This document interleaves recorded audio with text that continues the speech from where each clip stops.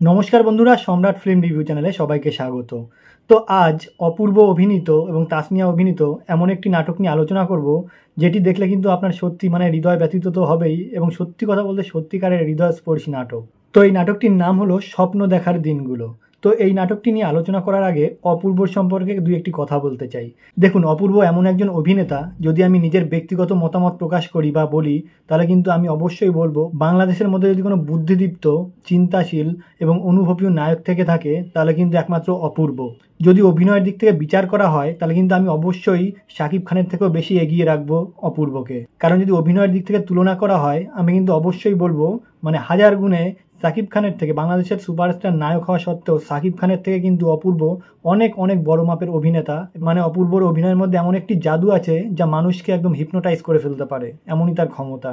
বা তার ব্যক্তিত্ব দেখুন, সত্যি কথা বলতে কিন্তু তার কথা বলার স্টাইল থেকে শুরু করে তার অ্যাটিটিউড, সবগুলো এতটাই ভালো লাগার। কেউ যদি প্রথমবারও দেখে তাহলেও কিন্তু অপূর্বর ফ্যান হয়ে যেতে বাধ্য। অপূর্ব এমন একজন অভিনেতা। বিশেষ করে অপূর্ব রোমান্টিক গল্পগুলো, স্ক্রিপ্টগুলোকে এত সুন্দরভাবে বলে, থ্রোয়িংটা এতটাই দারুণ, যে কোনো স্ক্রিপ্টকে কিন্তু একদম বাস্তবতায় পরিবর্তন করে ফেলতে পারে সরাসরি একদম। তার কথা শুনলে মনে হবে যেন একদম বাস্তব জায়গায় দাঁড়িয়ে বাস্তব কোনো কথা শুনছি। আর রোমান্টিক কথাগুলো এত সুন্দরভাবে বলে যে কারো মনে কিন্তু একদম হৃদয়ে গেঁথে যাবে, এমনই তার বলার ধরন বা পদ্ধতি। সত্যি কথা বলতে কিন্তু এক কথায় দারুণ। অপূর্বর অ্যাক্টিং স্কিল বা দক্ষতা সত্যি যে কোনো নায়কের থেকে কিন্তু অনেক এগিয়ে রাখবো আমি। তো যাই হোক, সেই অপূর্ব এবং তাসনিয়া অভিনীত স্বপ্ন দেখার দিনগুলো নাটকটি নিয়ে এখন আলোচনা করব এবং রিভিউ করব। তো প্রথমে এই নাটকটি রিভিউ করার আগে অবশ্যই জানতে হবে আমাদের এই নাটকটির গল্প কি বা কাহিনী কি। দেখুন, এই যে নাটকটি স্বপ্ন দেখার দিনগুলো, এই নাটকটি কিন্তু পুরোপুরি একটি রোমান্টিক গল্প বলতে পারেন, বা একটি হৃদয়স্পর্শী গল্প বলতে পারেন, বা একটি ইমোশনাল গল্পও বলতে পারেন, একটি ট্র্যাজেডি গল্প। কিন্তু গল্পের মধ্যে এমন কিছু সংলাপ আছে, স্ক্রিপ্ট আছে, যেগুলি শুনলে কিন্তু আপনি 1 বছর 2 বছর এমন নয়, আপনার কিন্তু সারা জীবনের জন্য আপনার হৃদয়ে গেঁথে থাকবে।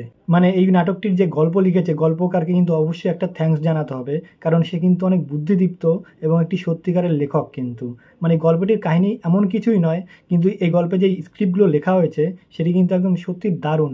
অসাধারণ প্রতিভা ছাড়া কিন্তু এই গল্প বা কাহিনী বা বিশেষ করে স্ক্রিপ্ট কিন্তু লেখা অসম্ভব। স্ক্রিপ্ট রাইটারকে আমি অসংখ্য ধন্যবাদ জানাবো, এবং স্ক্রিপ্ট রাইটারের জন্যই কিন্তু এই নাটকটি হিট, এটা বলা যেতেই পারে। এবার আসি নাটকটির গল্পের কথায়। দেখুন, গল্প কিন্তু অতি সাধারণ গল্প, একটি নর্মাল গল্প। নাটকটি শুরুতেই দেখানো হচ্ছে যে অপূর্ব একজন বয়স্ক মহিলাকে নিজে কাঁধে তুলে নিয়ে বা কোলে তুলে নিয়ে একটি সুন্দর এবং স্মরণীয় জায়গা ঘুরিয়ে দেখাচ্ছে। যেই মহিলাকে বা যেই বয়স্ক মহিলাকে কাঁধে তুলে নিয়ে বা কোলে তুলে নিয়ে অপূর্ব ঘোরালো, এত সুন্দর জায়গা একটি দর্শন করালো, সেই মহিলা কিন্তু অপূর্ব নিজের আপন কেউ নয়। কিন্তু তা সত্ত্বেও অপূর্ব কিন্তু সেই মহিলাকে নিজের মায়ের সমানে দেখেছে, এবং মহিলার সঙ্গে যে লোকটি এসেছিলেন, অর্থাৎ সেই মহিলার স্বামী, তাকে কিন্তু বাবার রূপে দেখেছে, অর্থাৎ পিতার রূপে দেখেছে। এর কারণ হলো অপূর্ব ছোটবেলাতেই তার নিজের বাবা মাকে হারিয়েছে। এই কারণে যত বয়স্ক মহিলাকে বা পুরুষকে দেখে, তাদের কিন্তু নিজের বাবা মায়ের সঙ্গে তুলনা করে এবং তাদের কাছ থেকে স্নেহ পেতে চায়। এবার বলি অপূর্ব কেন এগুলো করে। কারণ অপূর্বর কিন্তু যেই জায়গাটি দেখানো হচ্ছে, সেখানে কিন্তু একটি নিজস্ব রিসর্ট আছে, অর্থাৎ হোটেল আছে। তো সেই হোটেলে ভাড়া দেওয়া, এবং সেই জায়গাটি কিন্তু একটি সুন্দর জায়গা, পাহাড়ে ঘেরা সুন্দর জায়গা। অপূর্ব সেই রিসর্টটি চালায়, এবং একটি বিশেষ নির্দেশিকা আছে যে সেই রিসর্ট বা হোটেল ভাড়া নেবে তাদের কিন্তু 50% ছাড় দেওয়া হবে। কিন্তু তার শর্ত হলো, যারা এই রিসর্টে আসবে বা হোটেলে আসবে, তাদের কিন্তু অবশ্যই বাড়ির বয়স্ক লোকজনদের নিয়ে আসতে হবে। অর্থাৎ সে বাবা মা হোক বা বয়স্ক দাদু দিদা হোক বা যে কেউ হোক, বয়স্ক হতে হবে তাদের, তাহলেই সেই 50% ছাড় পাবে। কারণ অপূর্ব চায় শুধুমাত্র ইয়াং ছেলেমেয়েরা বা যাদের নতুন বিয়ে হয়েছে তারাই কেবল আসুক, এমন নয়। তাদের সাথে সাথে চায় অবশ্যই তার ফ্যামিলির বয়স্ক লোকজন আসুক। কারণ মানুষ বয়স হয়ে যাওয়ার পর তাদের কিন্তু কেউ নিতে চায় না, কোথাও ঘুরতে নিয়ে যেতে চায় না, এবং তারা কিন্তু অনেক দুঃখে কষ্টে বাড়িতেই হয়তো সামনাসামনি বলতে পারে না, কিন্তু ভেতরে ভেতরে কিন্তু কষ্ট পায়। কিন্তু চায় যে সবার সঙ্গে, পরিবারের সঙ্গে আনন্দ করুক, ঘুরতে যাক। তো সেই কারণেই, আর বিশেষ করে যেহেতু অপূর্বর ছোটবেলা থেকে বাবা মা নেই, আর বয়স্ক মানুষরা যদি তার হোটেলে আসে, তাহলে কিন্তু অপূর্ব ফিল করে তার বাবা মাকে দেখতে পাচ্ছে সেই বয়স্ক মানুষদের মধ্যে। এটি কিন্তু মেন উদ্দেশ্য এবং কারণ ছিল। তো এবার আসা যাক গল্পের মূল দুই চরিত্র তাসনিয়া অর্থাৎ নায়িকা এবং অপূর্ব নায়কের সঙ্গে যোগাযোগ হবে কি করে। তো সেই হোটেলে, অর্থাৎ অপূর্বর হোটেলে বা রিসর্টে, তাসনিয়া তার পরিবারকে নিয়ে আসে অপূর্বর হোটেলে বা রিসর্টে ঘুরতে নিয়ে আসে আর কি। কিন্তু এখানে একটি কথা বলে রাখি, এখানে কিন্তু তাসনিয়া নিয়ে আসে না, তাসনিয়ার বাবা মা উল্টে তাসনিয়াকে নিয়ে আসে এই রিসর্টে ঘোরাতে। কারণ কি? কারণ হলো, এখানে বলে রাখি, তাসনিয়া কিন্তু একটি ছেলের সঙ্গে প্রেম করত, এবং সেই ছেলেটি কিন্তু একটি ধোঁকাবাজ ছেলে ছিল। কারণ তাসনিয়ার সঙ্গে যে ছেলেটি প্রেম করত, সেই ছেলেটি কিন্তু তাসনিয়ার বান্ধবী অর্থাৎ বেস্ট ফ্রেন্ডের সঙ্গেও কিন্তু প্রেমের সম্পর্ক রেখে চলেছিল।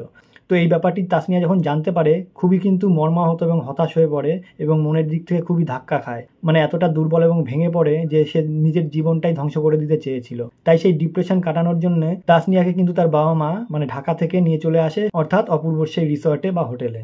তো তাসনিয়া অপূর্ব সেই রিসর্টে আসার পর, রিসর্টটি কিন্তু আবার বলে রাখি একটি পাহাড়ি এলাকা, সুন্দর একটি জায়গা, এবং সেই জায়গাটিতে আসার পরেও তাসনিয়ার কিন্তু সেই ঘোর কাটেনি, অর্থাৎ সেই ডিপ্রেশন কাটেনি। তাসনিয়া কিন্তু কিছুতেই তার অতীত জীবনের কথা ভুলতে পারছে না, অর্থাৎ তার প্রেমিকের কথা ভুলতে পারছে না। সে কিন্তু বারবার মানে নিজেকে শেষ করে দিতে চাইছিল, এবং এখানে আসার পরে অর্থাৎ এই রিসর্টে আসার পরেও কিন্তু মানে সে জলে ডুবে মারা যাচ্ছিল।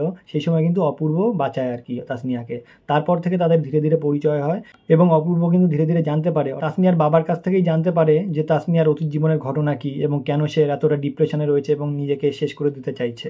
এরপর অপূর্ব ধীরে ধীরে তাসনিয়াকে কনভিন্স করতে থাকে এবং তাদের মধ্যে একটা বন্ধুত্ব গড়ে ওঠে, এবং ধীরে ধীরে অপূর্বর মনে কিন্তু তাসনিয়ার জন্য একটি জায়গা তৈরি হয়ে যায়, অর্থাৎ ভালো লাগা তৈরি হয়ে যায়, এবং তাদের মধ্যে এমন কিছু কিছু ঘটনা ঘটে এবং ভালো লাগার ঘটনা ঘটে যেখানে তাসনিয়াও কিন্তু ধীরে ধীরে অপূর্বকে ভালোবেসে ফেলে, এবং এমন কিছু কিছু মজার স্মৃতিও আছে, এবং অপূর্ব সেই মজাগুলো তৈরি করে বা সৃষ্টি করে।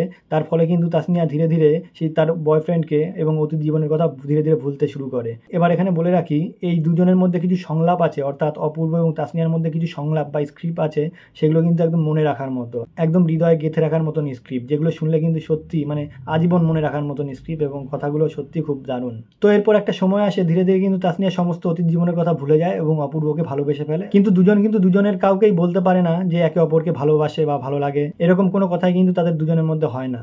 তো এরপর কিন্তু তাসনিয়াকে এবং তার পরিবারকে কিন্তু ঢাকায় ফিরে যেতে হয়, যেহেতু তারা ঢাকা থেকে এসেছিল, তাদের কিন্তু আবার ঢাকায় ফিরে যেতে হবে। কিন্তু দুঃখের বিষয় এটাই যে দুজনের মধ্যে, অর্থাৎ অপূর্ব এবং তাসনিয়ার মধ্যে কেউ কিন্তু বলতে পারেনি যে দুজন দুজনকে ভালোবাসে। তো যাই হোক, কিছু আর করার ছিল না, দুজনে কিন্তু মনে মনে দুজনে কষ্ট পাচ্ছিল, কিন্তু তারপরেও কিন্তু তাসনিয়া চলে গেছিল মানে অপূর্বকে ছেড়ে। মানে দুজনের মধ্যে যেহেতু কোনো কথা হয়নি ভালোবাসার ব্যাপারে, প্রেমের সম্পর্কটা সেইভাবে গড়ে ওঠেনি, তারপরেও যেই ভালোবাসা মনের সৃষ্টি হয়েছিল সেটি কিন্তু নিয়েই, অর্থাৎ তাসনিয়া কিন্তু সেটি বুকে নিয়েই কিন্তু ঢাকায় ফিরে গেছিল। এরপর বেশ কিছুদিন কেটে যায়, তারপরেও কিন্তু তাসনিয়া অপূর্বকে ভুলতে পারে না, অর্থাৎ অপূর্বর সেই ভালোবাসা বয়ে নিয়ে এসেছে, তার মনে কিন্তু অপূর্বর জন্য ভালোবাসা সৃষ্টি হয়ে গেছে এবং গেথেই রয়েছে। তাই তাসনিয়া কি করে, আবার ফিরে যায় সেখানে অপূর্বর কাছে। কিন্তু অপূর্বর হোটেলে যখন গেল বা রিসর্টে যখন পৌঁছলো, তখন কিন্তু অপূর্বকে আর খুঁজে পেল না। তার একজন অ্যাসিস্ট্যান্ট এসে তাসনিয়াকে একটি চিঠি দেয়, এবং চিঠিতে কিছু লেখা ছিল। কি লেখা ছিল সেই চিঠিতে, অপূর্ব কোথায় গেছে, তার সঙ্গে কি আর দেখা হবে তাসনিয়ার, এই সব কিছু জানতে হলে অবশ্যই কিন্তু এই নাটকটি দেখতে হবে, স্বপ্ন দেখার দিনগুলো। এই নাটকটি দেখার পরে কিন্তু আপনারা বুঝতে পারবেন যে সেই দৃশ্যে কি হয়েছিল। নাটকটি শেষ পর্যন্ত দেখলেই বুঝতে পারবেন তাদের মধ্যে কি আর দেখা হয় বা তাদের মধ্যে কি আর মিল হয়। এই সব কিছু জানতে হলে অবশ্যই নাটকটি দেখুন, স্বপ্ন দেখার দিনগুলো। নাটকটি কিন্তু সত্যিই খুব দারুণ একটি নাটক। তো আর বেশি কিছু বলবো না, আমার ভিডিওটি এই পর্যন্তই ছিল। যদি ভিডিওটি ভালো লাগে অবশ্যই লাইক, কমেন্ট এবং শেয়ার করুন, এবং অবশ্যই সাবস্ক্রাইব করুন। নমস্কার।